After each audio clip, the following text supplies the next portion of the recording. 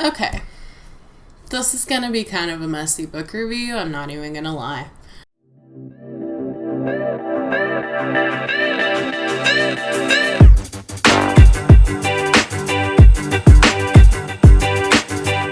So today I want to review Ninth House by Leigh Bardugo. This was different. So this is Leigh Bardugo's adult novel. She is best known for her YA books, the Grishaverse trilogy, like Shadow and Bone, or the Six of Crows duology, and then also King of Scars, which is a spin-off of the Six of Crows duology. I was really excited when I heard about it because it's set at Yale and it deals with the occult and secret societies. And because I love Leigh Bardugo, I had very high expectations going into this. And this basically follows a girl, Alex Stern, and she is a high school dropout, and she is also a witness to an unsolved murder and has just had this really hard life.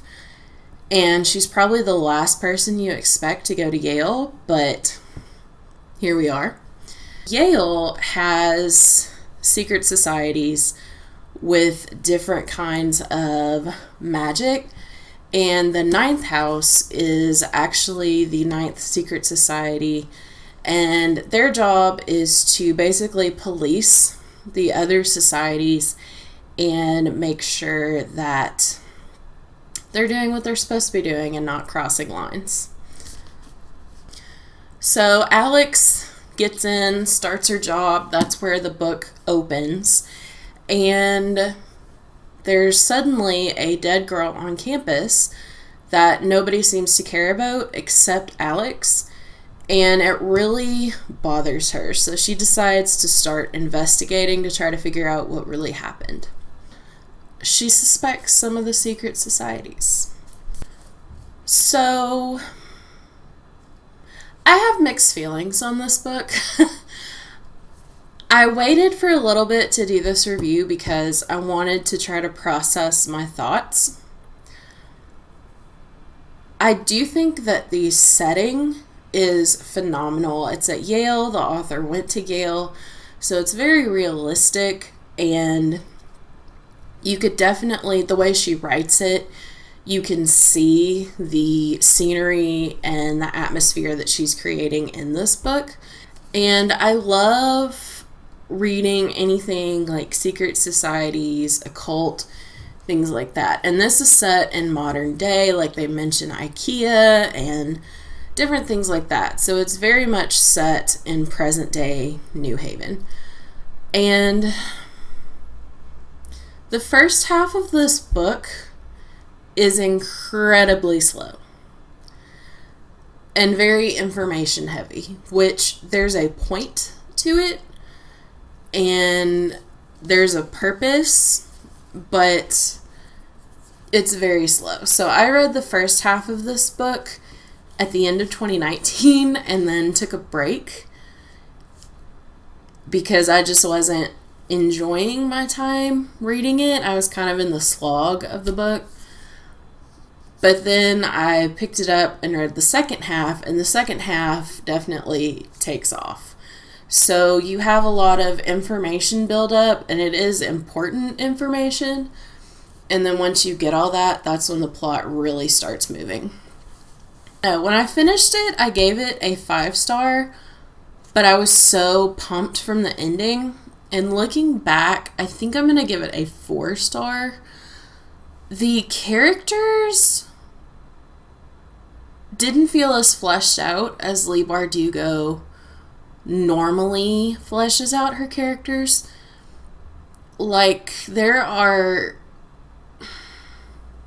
Like in Six of Crows, for example, I love every single one of that band of misfits. And you just know them and you love them. And they're very flawed, but you get to know them as characters. And I didn't really feel like we got a lot of that in this book. and maybe I just missed it, but I felt like the main character, Alex, she had a story arc, but it wasn't the story arc I was expecting from someone as brilliant as Leigh Bardugo. And I did enjoy that we kind of flashed back and forth. So we're in present day, and then we flash back to Alex and her mentor, Darlington, who disappeared. And so we're kind of figuring out how or why he disappeared. And we're also figuring out why this girl was found dead on campus at Yale. And we're also trying to figure out what happened in this unsolved crime that Alex is associated with. So it's kind of like 3 mysteries in one book. And I do like where those things went.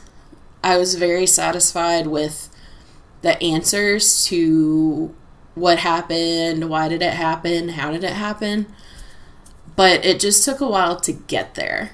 And I feel like I would have flown through this book more if I felt more invested in Alex as a character.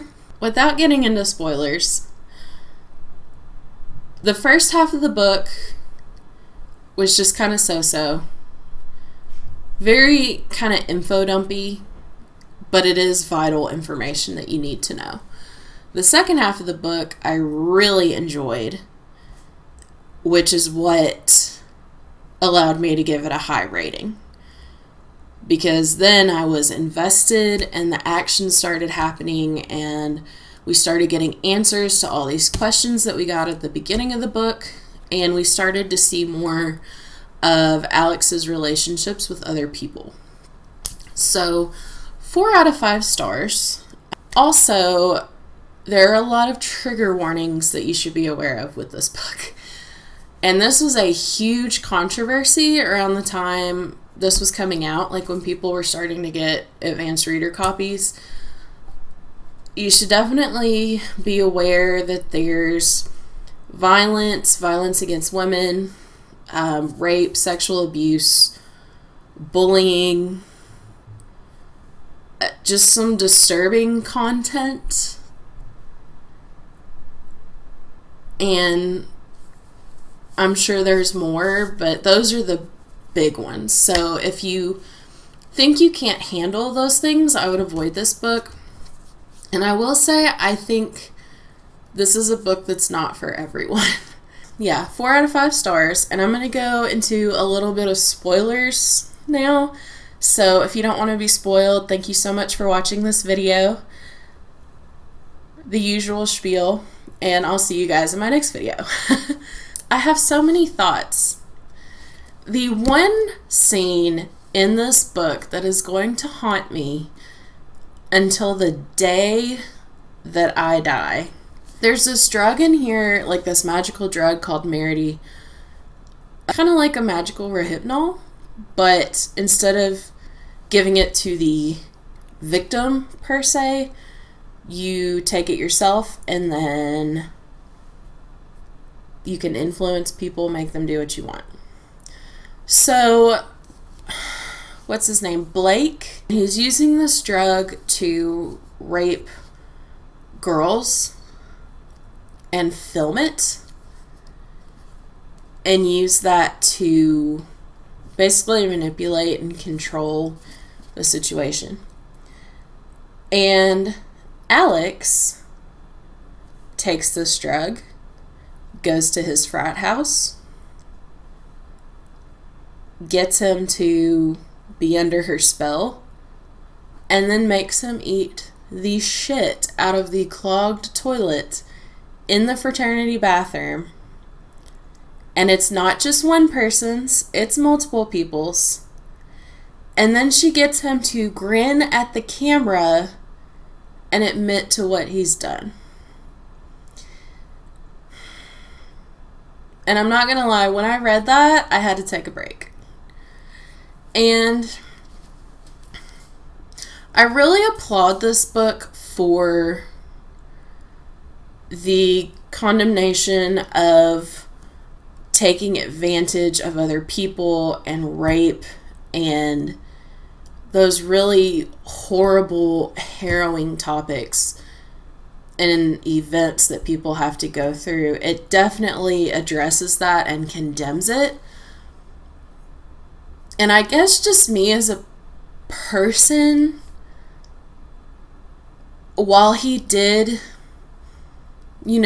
deserve what he got, it made me really uncomfortable because I've never been an eye for an eye type person. And it was one of the most disturbing things I've ever read. And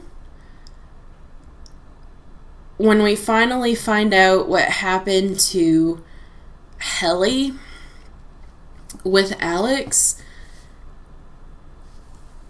I felt like even though it was a good setup, it didn't really fit in with the rest of the novel.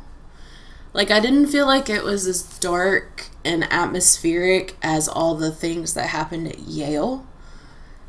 And it just kind of took me out of the story a little bit. But I do think that what happened was very interesting.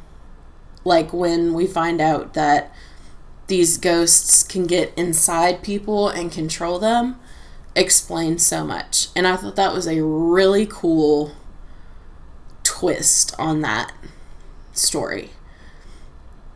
And then the ending, where it's all climaxing and she calls the jackals in and everything goes down, I was on the edge of my seat.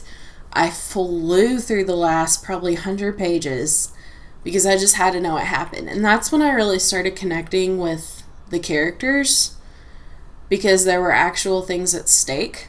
And then the very last line I absolutely loved.